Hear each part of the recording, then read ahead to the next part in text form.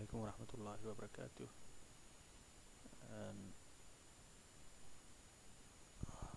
cashirkan waxaan kaga hadli doonaa waxaan kasii wadi doonaa cashirkeena hore meeshuu noogu joogay. maanta waxaan ka sheekeyn doonaa diff iyo span. marka diff iyo span maxay yihiin, maxaa loo isticmaalaa? diff waxaa loo soo gaabiyey division,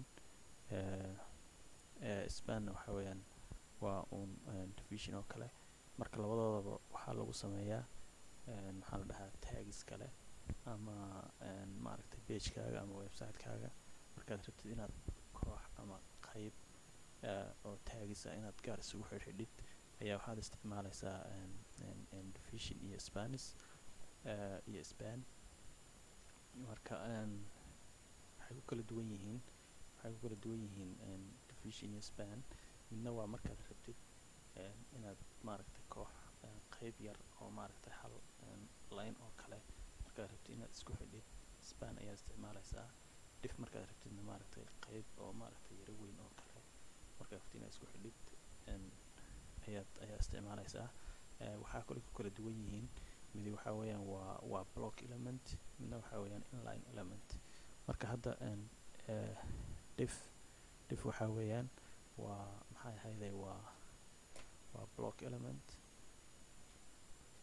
element weeyaan. spanna waxaa weeyaan maxaa la dhahaa waa inline element weeyaan. inline element marka block waxaa laga wadaa maaragtay hadda tusaale ahaan haddaan sameyno maxay ahayday waxaan sameynay hadda link ayaan sameynaynaa.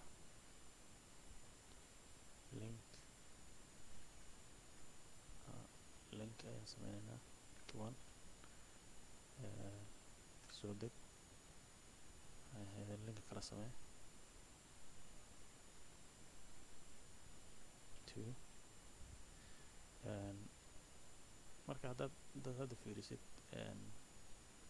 linka two aan ka dhigaynaa.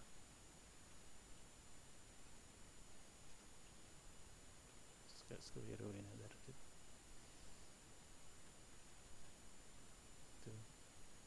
marka website-keena haddaad fiirisid hal line ayay maaragtay ayay ku wada jiraan. hal line ayay ku wada jiraan.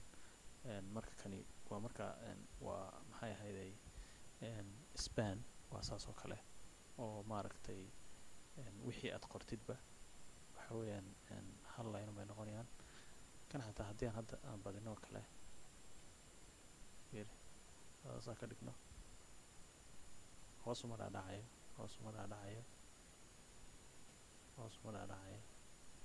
kaas halkana hoos uma dhaadhacayo kaas halkaa line bay ku wada jirayaan.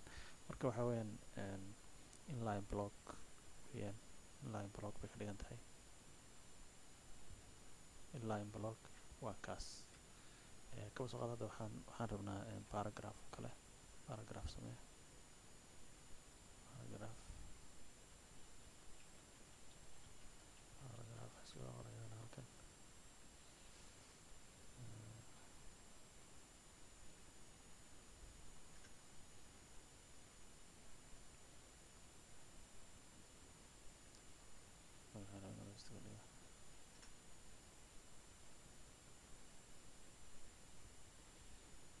haddaad aragtaa paragraphkii way soo midna mid ma dabagalin. hadda waxaa weeyaan saddexda paragraph hadda linkii markaan sameynay laba linki baan sameynay way isdaba taagnaayeen saas isku daba fadhiyeen. laakiin kan asagoo ad arkaysid inay maaragtay ay qaybtani u bannaan tahay iyadoo ad arkaysid inay hadda qaybtaas oo dhan ay maaragtay xaggan qaybtan dabadaysa ay bannaan tahay, haddana kuwani way soo degeen qaybtan kale hoos bay usoo degtay. labadan xabo hoos bay usoo degeen. marna lagama yaabo inuu xagga hore uu saas usii dabagalo. kan maxaa la dhahaa marka waxaa la yidhahdaa block element baa la dhahaa. marka farqiga udhexeeya saas weeyaan haddaad kala ogaatid farqiga span iyo diff udhexeeya haddaad rabtid inaad kala ogaatid. kan hadda waa block element. linkii hore aan soo sameynayna waxa weeyaan maxay ahayday waa inline element. marka hadda div waxa weeyaan waa maaragtay waa block element, spanna waa inline element. marka hadda paragraphkan iyo div labaduba waxa weeyaan block element way isleeyihiin, laakiin div oo kale wuxuu divka asaga waxaa loo isticmaalaa oo kale aad baa markasta loo isticmaalaa, laakiin span marmar unbaa maaragtay markaad wax yar oo maaragtay qayb yar oo isku nooc oo kale ama website-ka markaad qayb yar markaad rabtid inaad isku xidhido kale ayaad span isticmaalaysaa. laakiin division waxa weeyaan maaragtay qayb weyn oo kale ayaad isticmaalaysaa. hadda paragraphkan aan sameynay oo kale waxaan ku wareejinaynaa divka markasta waxaa loo isticmaalaa maxay ahayd in website-ka website-kaaga inaad ku kala qaybisid markaad rabtid qaybo kala duwan inaad samaysid, inaad maaragtay aad ku samaysid.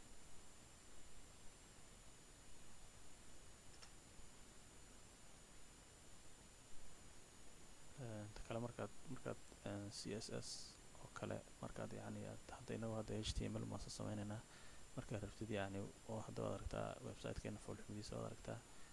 markaad rabtid website dhammaystiran inaad samaysid oo kale ayaa div la isticmaalaa.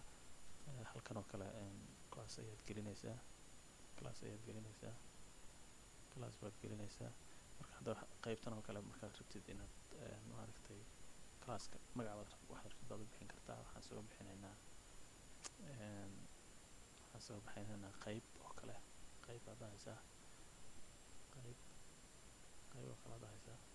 marka hadda aad rabtid inaad css-taada markaad aad rabtid style garaysid oo kale magacan ayaad isticmaalaysaa. halkan oo kale nagaada marka hadda style baan dhahaynaa, waxaan dhahaynaa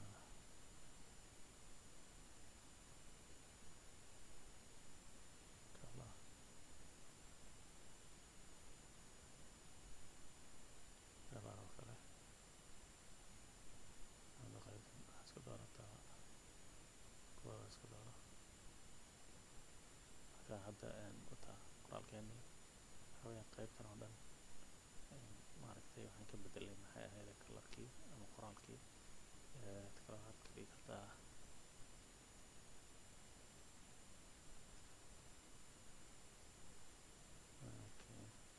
hadda qaybtan waan isku xidhnay. hadda saddexdan paragraph maaragtay waan isku xidhnay.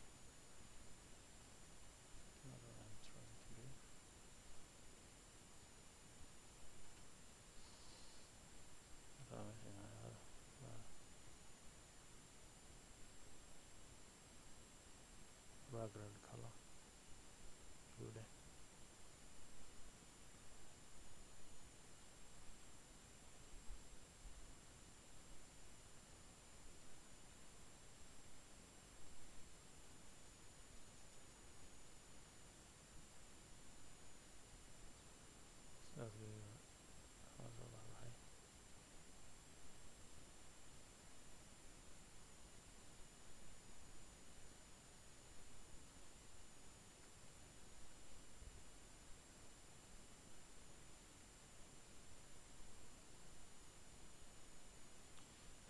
hadda background colorka markaan dooranay qaybtan intaas divisionkii qaybtan oo dhan saddexda paragraphba marka colorkoodiibu maaragtay ayuu ka bedelay. paragraph colorkoodi ayuu ka bedelay.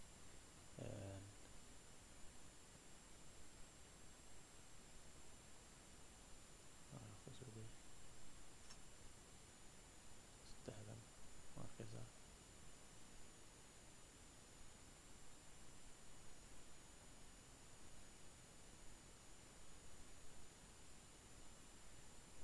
div waa markaad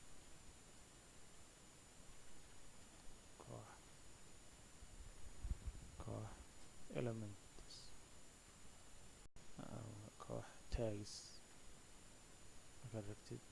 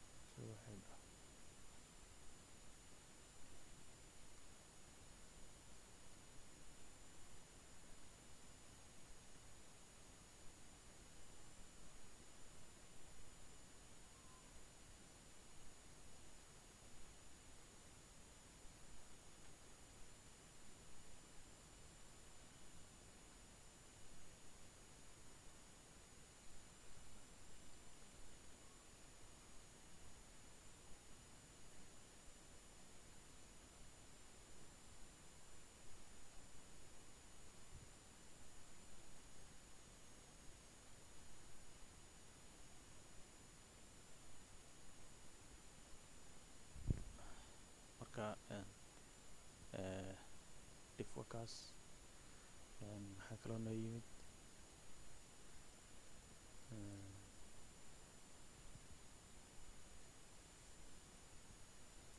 marka insha allahu dhuftan markaan css-ta galno ayaan si fiican usii arki doonaa markaas ayaan si fiican usii arki doonaa dagta kale waxaan rabay inaan ka hadlo maxaa la dhahaa waxaan baranaynaa cashirkan waxaan baranaynaa maxaa la dhahaa forms ayaan baranaynaa formsku waxaa weeyaan markaad rabtid inaad aad xog ka heshid dadka website-kaaga isticmaalaya ayaa formka la isticmaalaa formka markaas ayaa la isticmaalaa si aad maaragtay aad xog uga hesho dadka isticmaalaya website-kaaga waxaa la isticmaalaa taggan la dhaho maxay ahayd form ayaa la isticmaalaa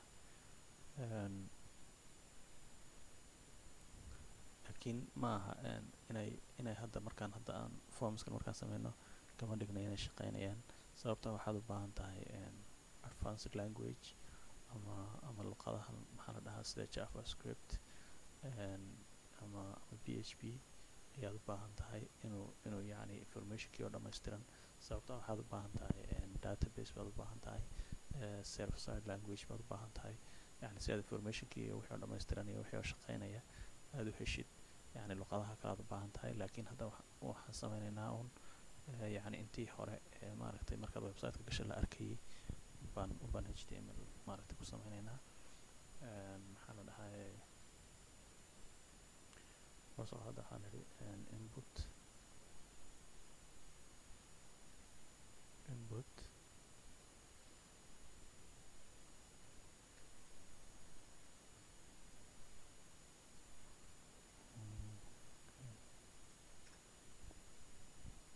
waxaan tiraahdaa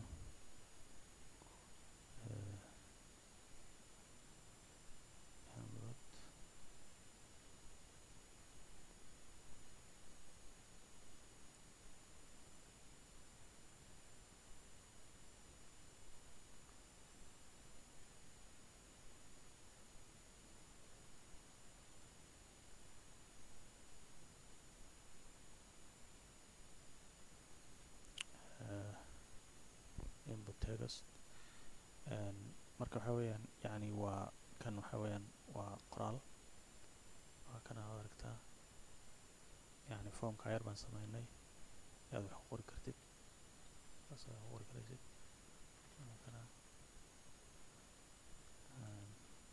aad ku qori karaysid laakiin maaha wixii haddaad wax ku qortid input maaragtay hadda shaqeynaya maaha type waa yani text oo waa qoraal ma ahan qoraal weeyaan magaca haddaan id waxaan leenahay user name baan qoraynaa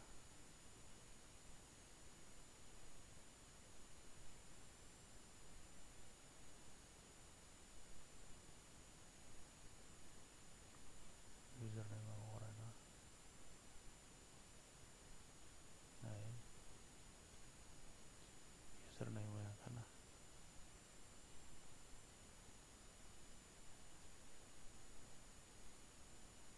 username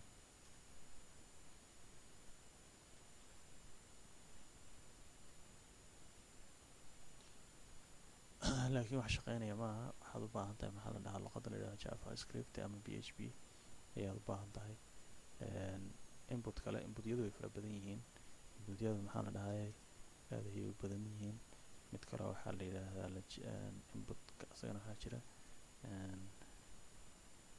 maxaa la dhahaa waxaa jira password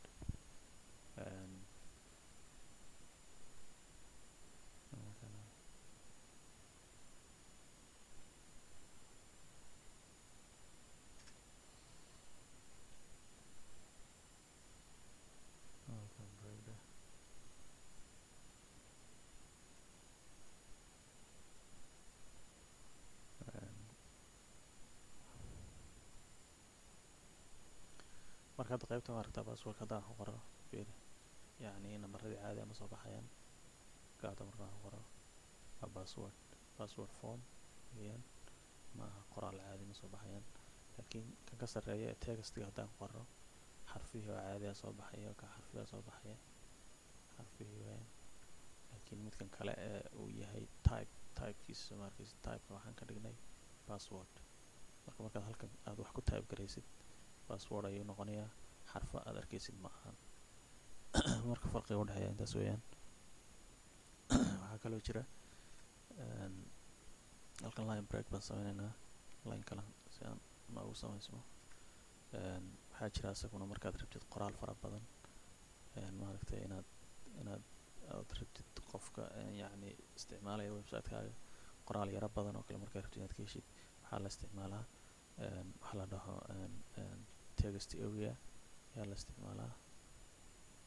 marka text area wuxuu wataa maxaa la dhahaa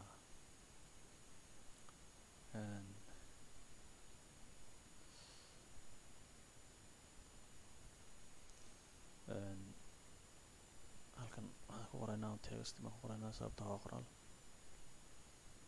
halkana wuxuu leeyahay wuxuuna siiyey soo markiis columns iyo rows. columns iyo rows waxay ka dhigan yihiin yacni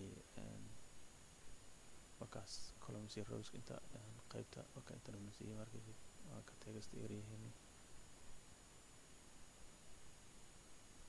يعني columnska wuxuuna siiyey 30 buuna siiyey, rowskana wuxuuna siiyey 10. marka columns waa qaybtan oo maaragtay oo taagnida ah sida aan kusoo baranay tableka, waa yacni qaybta taagnida ah. rowskuna waa gudubka ama qaybtan oo maaragtay qaybtaas weeyaan. rowsku kuwaas laakiin rows waa yacni markuu taagan yahay oo kale taagnida. hadda pageka markaad toos oo kale markaad bartamaha markaad aad toos aad vertical markaad toos u taagan tahay ayaa waxaa la dhahaa columns. markaas labada attribute ayuu leeyahay text area. waxaa noo soo hadhay weli inputkii yacni way sii socdaan.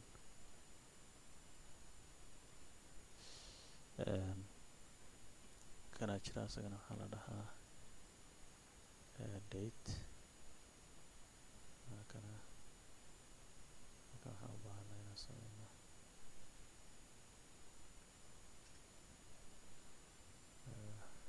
iska dheh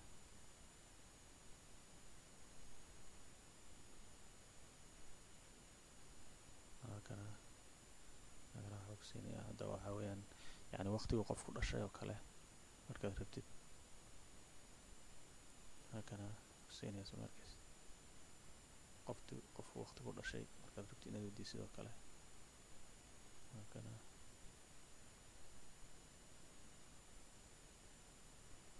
2019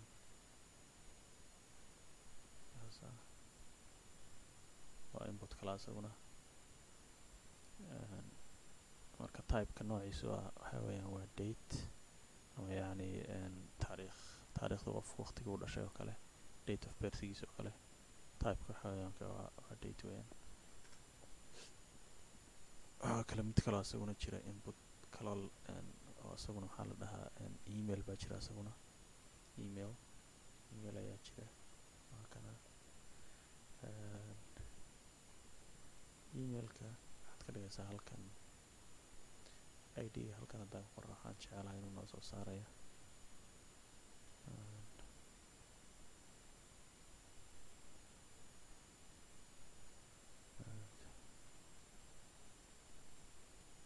gmail.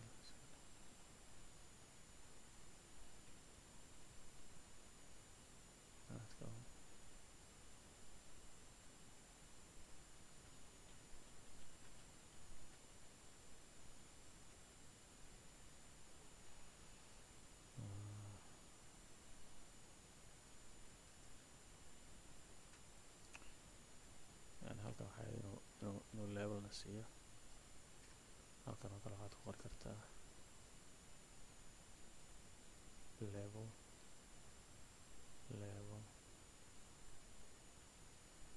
ama email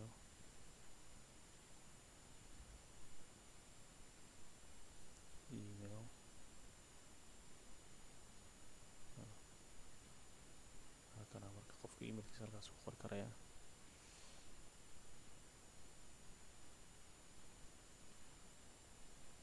levelkaas waa tag kale, yani level for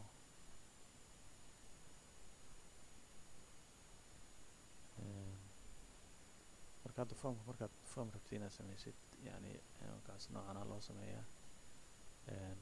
waxa weeyaan yani tag kalaan kor kaga soo wareejinaynaa.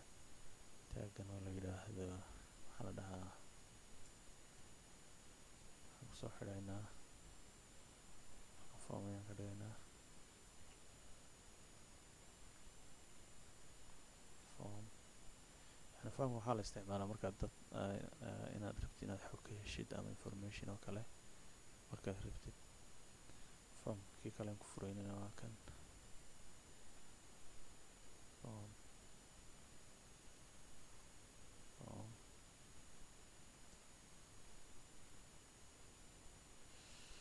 balka kuusii dhamaystiraya maogtahay.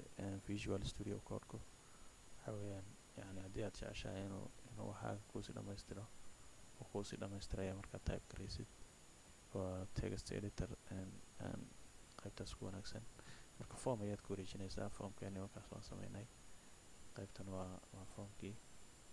formku markaas waa form tagga la yidhaahdo formka waa parentigii. marka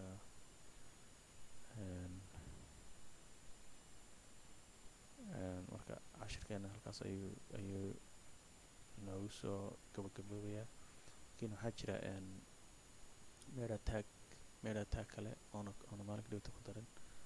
habad kaloo meta tag ah oo yani markaad rabtid yani website-kaagu inuu noqdo maaragtay inuu ku wanaagsanaado, maxaa la dhahaa, mobileka yani markii dadku markay website-kaaga ay mobilka isticmaalayaan oo kale, waxa weeyaan meta information wax la yidhaahdo ayaa la siinayaa. haga fiirino.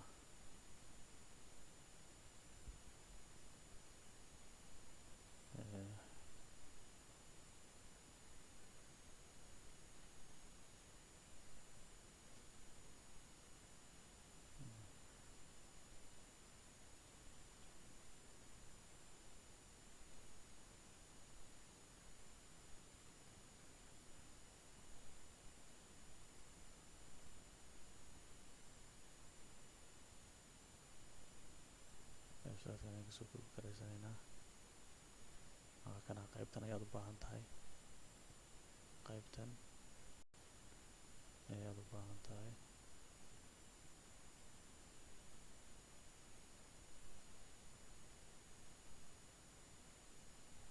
qaybtan ayaad u baahan tahay.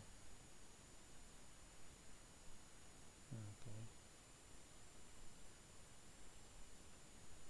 marka meta taggan wuxuu sameynaya waxaa weeyaan maxay ahayday website-kaaga ayaa wuxuu ka dhigayaa ma garatay, yani markuu dadku ay ka isticmaalayaan mobile oo kale, yani wuxuu noqonayaa oo kale markii qoraalkii iyo wixii oo dhan markii lasoo dhaweeyo uu soo dhawaanayaa, markii la zoom gareeyo uu yani soo dhawaanayaa. marka yani waxay ka dhigan tahay contentigiisa markaasi word device word, yani haddii website-ka qolba maaragtay aaladda laga isticmaalaya waxay tahay ama intay la eg tahay ballaceedu intay la eg tahay ayuunbuu ula shaqeynaya. haddii mobile laga isticmaalayo mobile ahaan, haddii maaragtay device kale oo ka weyn ama aalad ka weyn oo kale laga isticmaalayo, waxa weeyaan yani sida ugu habboon ayuu ula shaqeynayaa. marka meta taggan asagana waa inaad website-ka ku darsato way wanaagsan tahay. sababtoo dad badan ayaa maaragtay mobile qofka isticmaalaya ama device kale kala duwan baa laga isticmaalaya. marka si uu device-yada dhan loo shaqeeyo waxaad u baahan tahay meta taggan.